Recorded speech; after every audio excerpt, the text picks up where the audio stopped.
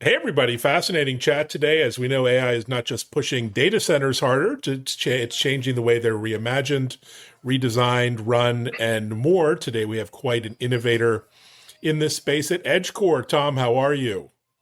Good morning, good afternoon, Evan. Real pleasure to be. I fit into the category of a longtime listener, first time caller. Oh, thanks for joining. And you guys are right in the middle of this extraordinary shift, helping design this new digital backbone. Very exciting. Before that, how would you introduce Edgecore to the viewers, listeners these days, and what is your role in the company? Sure. So Edgecore Digital Infrastructure, we are a really a pure play data center owner operator developer focused on the hyperscale market, but increasingly this is the hyperscale plus AI frontier model market. We build single tenant buildings and campuses that are really designed to support when you put it very simply, the NVIDIA roadmap. We're supporting the current generation of hardware and beyond, and really positioning ourselves for all manner of other GPUs that will be rivaling the NVIDIA platform. What that ultimately means is, in our age of AI, is larger, uh, sort of scale out facilities and campuses, Mm. but also scale up facilities that are enabling the density that a modern generative AI wants. So my role with the company, I've been here since the early days. We've kind of lived, a first life and a second life in this age of AI, from a more of a build to suit, I would say, almost a land and power developer, to as we worked our way through COVID and supply chain challenges, and really emerged out of that in this age of AI. We recognized that we really needed to build a foundational platform. We needed a product, and that product, I'd say, is generally 80 to 90% of what hyperscalers build, and then we do that last customization. My role has evolved in a couple of areas. It's now SVP of Emerging Technologies, and if I put that very simply, it's spending a lot of time on the downstream implications of AI and the technology revolution that we're seeing from GPU architectures, from CPU ones. And my background, I've been in the data center industry for over 20 years now. A commercial real estate convert. I that believed that that email and the internet wasn't going away in 2003. So I had the good fortune to peek behind the hood of infrastructure and what was carrier hotels and interconnection hubs, and I thought that was pretty cool, and I wanted to continue that. And I've been through a few technology cycles, I'd say, but along the way, I also did a stint at so I worked on this developer side before, on the advisory side, but very meaningfully was with Amazon Web Services for 4.5, 5 years, in a new regions, basically export the cloud around the world sort of role, that was really rounded out a perspective on what are the fundamentals of what's required. And we are in this new normal. There's some new fundamentals, new rules, new architectures for AI, that we are positioning ourselves around, while simultaneously supporting a great big old cloud business that continues to be very successful as well. Amazing. So a lot to unpack there. As you see Sure. firsthand, AIs are putting all kinds of new demands on infrastructure. So how does that change the way you think about the way data centers are designed from the start? The sort of Yep. greenfield approach. What does that look like Yep. today? Yeah. Great example for our business. In 2018, we were very much positioned around cloud campuses, supporting the growth for key hyperscalers, and also that was a universe where for this single tenant building or campus model, 5 years ago there was 3 to 4 customers to really to really build towards. Now that's increased to about 10 to 15, and what I alluded to before, or Phoenix, Arizona, or specifically Mesa, Arizona East Valley campus was a campus originally 300 plus utility megawatts. We originally designed it for 5 to 6 buildings, 20 to 30 megawatts per building, kind of trying to find a sweet spot in that, and that was what hyperscalers were looking for, 5 to 7 years ago. Now, and when we found a new financial sponsor and partners group in November 22, one of the first things we did was, ChatGPT launches that same month, and the promise of generative AI and the demands were made material, and we remaster planned the campus. So we went from 6 to 3, the smallest building being the first one. So now it's 72 megawatts, 108 megawatts, and these are, comparatively, 100 megawatt data center is, for a current Blackwell system, that's a 50,000 GPU cluster, right? And as we hear about 100,000 GPU clusters and beyond, that's the sort of scale that's required. So we've positioned these buildings to support that. So the scale out, you can stitch these buildings together to support a big cluster, but also the scale up density. The wonderful thing about NVLink is that you can stitch together, 72 GPUs in a rack, and the cost, your relative cost and performance benefits of copper, are tremendous. Not moving to optics just yet. However, the distance latency is about a meter, so it doesn't. It works great within a very small form factor, and that's really what's been pushing the need for direct-to-chip liquid cooling, which I think has gone from a niche application in the corner of traditional data centers or national labs to very quickly the baseline, capability that's required, because that rack, to meet its performance, needs to those 72 GPUs need to be within a meter's distance, and they are simultaneously getting denser.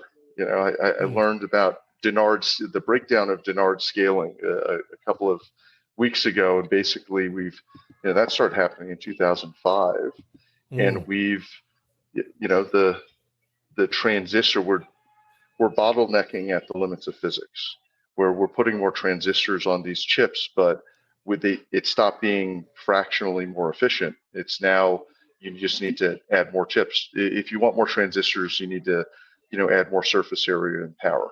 So we need to support that thermal envelope with the most modern applications. That's, simply put, you're running a fluid over a cold plate in this latest hardware. And once you do that, then we're pretty well positioned for the future. The roadmap that'll, double from 150 kilowatts a rack today to 300 to, up to upwards of a megawatt. And Google's already shown, that I think now that Google's lifted up the hood, we see that Google's been direct-to-chip liquid cooled or managed that for the last 7 to 10 years. So infrastructure becomes a competitive advantage. Conversely, if you're not positioned, then you're using last year's model, right? Which is a reduction in the sort of aggregate teraflops that, per watt and efficiency, which is all part of the game here for some of the big models and inference going forward. Yeah, fascinating times. So we seem to be moving from one bottleneck or choke point to the next. You mentioned compute. Seem to be getting over that hurdle, but then you get networking challenges, power, cooling. What's the choke point now that you're most focused on this quarter, next quarter, and beyond? Yeah, we have our domain, right? So within our slice of this all, a big way that we solve for supply chain challenges and power and the like is investment. Capital solves a lot. So we have got a great financial sponsor that's helped us really make the most out of these campuses. I would say that we're in execution mode. We're delivering buildings, leases that were executed, 1 2 years ago. So that's all high tension. But we've got great partners helps, and also having the capital. I'd say just as important seems to be looking ahead, understanding, in these future campuses, can we secure the power that's required on a timely fashion to support the needs of our customers. And I think that at a macro level, that also becomes, I think that's writ large what the industry is concerned about. Um, you know, all the air. We're in the midst of conference season here, and Oracle earnings sucked all the air out of the room. Last week, and what we look at is unpacking. What is a $300 billion over 5 year deal, 5 years deal with OpenAI look like? And data centers are a meaningful part of that. I think a wet thumb analysis is, if Oracle spends 160 billion in chips, it's going to be 40 billion of data center spend on top of that. Now, some of that's going to be direct Oracle, some of that's going to be really leased from our industry, and really it's going to be across a power footprint of estimated 4.5 gigawatts. Denver, the metropolitan area of Denver, requires about a gigawatt. Manhattan is about 11 gigawatts. So, we're somewhere in between that development of a not quite Manhattan, but bigger than Denver, size city in terms of power, and it's not sitting off the shelf, right? So I think the easy electrons are gone. It requires, both partnership with utilities, but also some new and novel ways. I think there's going to be in all of the above approach to try and execute. And I'd say that's the biggest, I'm fairly confident, barring a geopolitical event like China invading Taiwan, that Oracle is going to be able to get the chips. Can they get the power and facilities to house those chips, in time for that? And OpenAI is not done, and Anthropic's also seeking, sort of gigawatt scale as well. So all these frontier models have converged on more compute is good, and enabling, Elon and XAI, that wasn't 18 months ago, that wasn't a product. And by throwing raw compute they've entered the arena. And I think that's, at this, we're in the Clash of the Titans sort of scaling, among the set, and it's existential, and it's about who becomes the next Google, if we think from a search standpoint, platform-wise. Yeah, we're trying to support it. We're trying to get creative where needed to make sure that the electrons are flowing, and then thereby the chips can run. Brilliant. And of course, the chips, the hardware, the AI models get all the media attention, but there are other exciting areas to this around new approaches to interconnect and fabrics that need to be reinvented, open networking and architectures. What are some of those topics that you're exploring as well? Indeed, we are at the bricks and mortar side of the equation, but it is we've gone from a universe where that historically has been in the domain of intra data center networking, structured cabling, which is in under 5% of the investment universe. So it's really important for execution. But there's always seen as sort of tactical. It's late binding work. You get the techs on site to get it done. That is absolutely morphed in the age of large clusters to it could be as much as 30 to 40% of the hardware spend for a large cluster. So this you're spend $20 billion on GPUs, and you're spending a third of that on networking on top of it. And then I've had the benefit of some some good friends in the industry who play there that have taken me through what the marshaling of resources looks like for deploying around 100,000 GPU cluster, and it's building a small army in 60 days, and I suddenly need 1.8 million terminations. You start doing the math on there's one technician on each side of the cable as they're connecting each side, so marshaling 1,000 people in in the matter of 60 days, and making sure the cable's there to be terminated and precisely done. So the tiering,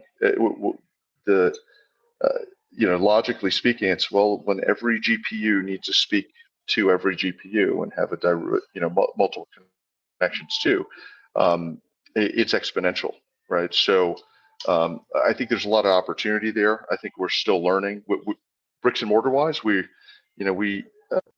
we create pathways. There's more ladder racking systems and pathways and redundancy than ever. We just reading about, or I was at an AI Infra Summit last week, and Meta effectively described how they re-architected a 5-building campus for a couple 100,000 GPUs, and a big part of that, it's new trenching, it's new fiber, it's new big throughput, but then within the rack level as well. So I think that's a really exciting space. I think we're on the we see the cables getting bigger, and the support structures required, but we're unpacking, I think, those implications. One big thing: optical transceivers. They have a power budget, that is not just in that noise. It's not in that under 5%. 100,000 GPU cluster might need, that's 100 to 200 megawatts alone. You might need 40 megawatts of optical transceivers, which is a evolutionary leap from that under 2 megawatts sort of realm. So there's also, I think, a lot of opportunity that's being looked at. How do you, if you could, 40 megawatts of power is 20,000 GPUs. So if you can optimize around that, I think that was a big topic of, let's look at some better technologies that actually enables more, more productive, compute.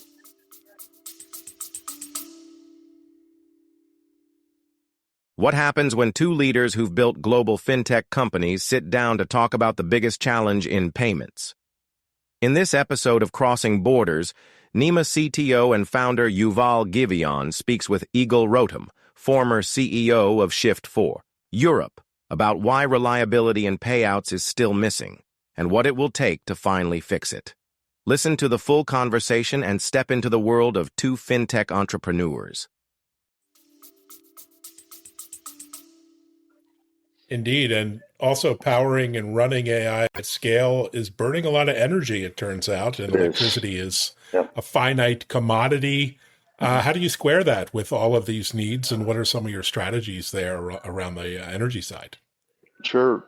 Yeah, I think there's been a perception. I think there's that the data center industry is coming and putting a tremendous amount of pressure on the grid, and thereby the ratepayer, to effectively bankroll. And I think a lot of the clarification, I think that's worth providing is most data centers are fairly self-sufficient. The investment that we make in the power grid generally has, multiplier, if not beneficial effects. So I think the overall principle these days that we're very sensitive to is paying our own way. It's not going to be on the backs of the ratepayers. And we're, one thing that I've been pretty focused on since the start of the year and kind of had my eye on for a while, there's something called what we're internally calling a sort of curtailment for capacity. So demand response programs that utilities have run for years, 2 decades old. So basically the idea is if the grid is stressed, when the grid operator will go around and ask folks if they can sort of reduce load. Now, data centers would less so reduce load, they'd more so run on our backup systems, to give the grid some breathing room. but Duke University came out with a study earlier in the year that variety of calculations, but let's say the overall grid is about 1,000 gigawatts, and we're talking about all these gigawatt campuses. There's the Oracle OpenAI requirement may need 4.5 to 5 gigawatts. Well, if we were to curtail, so I'll give a stat that lead this: 90% of the hours in a year. For 90% of the hours in the year, we use about 60 to 70% of the grid capacity. So really, there's 30 to 40% of grid headroom that's for the extreme days, extreme weather events, generally weather, to so that the grid doesn't fall over. Our backup systems, if we were to reduce reduce that top line by 1%, and the study points to us being able to shake loose over 100 gigawatts of power. So that turns into revenue generating capacity for the grid that offsets concerns for ratepayers, right? That's billions of dollars of revenue potentially to utilities. But I'd say that one of the challenges is an overall, it hasn't been done before. And I'd say that data centers really are about reliability and resiliency, and show me, there can be a herd mentality. Show me 20 folks that have done it first. So there's I'd say the logic of demand response in an era of abundant power didn't really make sense, and the economic incentives weren't there. In the times of increasing scarcity, I think the data center industry is sitting on gigawatts of backup generation, capacity that can help alleviate grid stress. And I think that's actually, I think that overall the industry should be very focused there, right? And I think it's actually, surprisingly, I think there's some real win-win potential there as well. And in also addressing some of the community concerns about rates going up because more investment is required. And I just say, we're in a position, I think, increasingly to use our infrastructure and actually help the grid run better. That's a great point. And that's even considering all the investments in new energy modalities and fusion. We're getting closer, of course, renewables, but also, all kinds of new battery technologies are coming online. A lot of that investment is happening through our industry. So really exciting things to come. Absolutely. Nuclear design approaches that are safer. And beyond that, what are you excited about over the next few weeks and months? What's on your radar, you and the team? I'm excited to stop traveling at the end of this week. It's been a blitz of the last 2 weeks, and to poke my industry a little bit, I'd suggest that they talk to each other a little bit more on the conference circuit. We've got a lot of overlapping bookings. I think we're interested in every week, every month gets a little different. There's the moves and the evolutions in terms of our AI moment. It's exciting on a weekly, monthly basis. I do think where we as bricks and mortar really infrastructure and real estate developers, we get excited about bricks and mortar news, right? Can we secure power on a time frame that's relevant? Can we if we come up with a creative solution bridge, where we may have the power ultimately from the grid, but we may need to get a little more creative near term. And I'd say that our customer base, when I was at Amazon, I'd say that and I think this is common across a lot of hyperscalers, if you were leasing from a third party, it was a failure of the business to execute on their own behalf. And I think that's really evolved to we're a continuum of the supply chain. Somewhere like Stargate Abilene is this wedding cake of participants, and though Oracle probably cuts the biggest check of $40 billion, there's 15 to $20 billion of enabling investment underneath that. And, one doesn't happen without the other. So, we're looking forward to really being part of, this big wave. I think listening to your show is a great way to stitch this, these big megawatts and gigawatts abstraction to, frankly, how is this really transforming industries and operations? And then I like to pull some, some tidbits that are sometimes helpful for my day-to-day business operations here too. But yeah, there's blank canvases everywhere, and I think that's what's so exciting about the sector right now is that we're producing intelligence. I've been playing with the concept of electroalchemy, and it's where energy on one side meets chips, and our output of tokens and intelligence is on the other. It's the modern gold, gold from energy. So, but you need chips in between. So we're on one side of it. Although this actually works, whereas alchemy, we never quite got there. We never quite got there, yeah. But this is an amazing journey you're on, and I appreciate the insights and the update, including while you're on the road. Much appreciated. Indeed. Thank you so much, Evan. All right. Really appreciate it. Thank you. Take care. Thanks for joining. Thanks, everyone, for listening and sharing the episode. And check out our new TV show, Tech Impact, on Bloomberg and Fox Business. Thanks. Thanks, everyone. Thanks, Tom.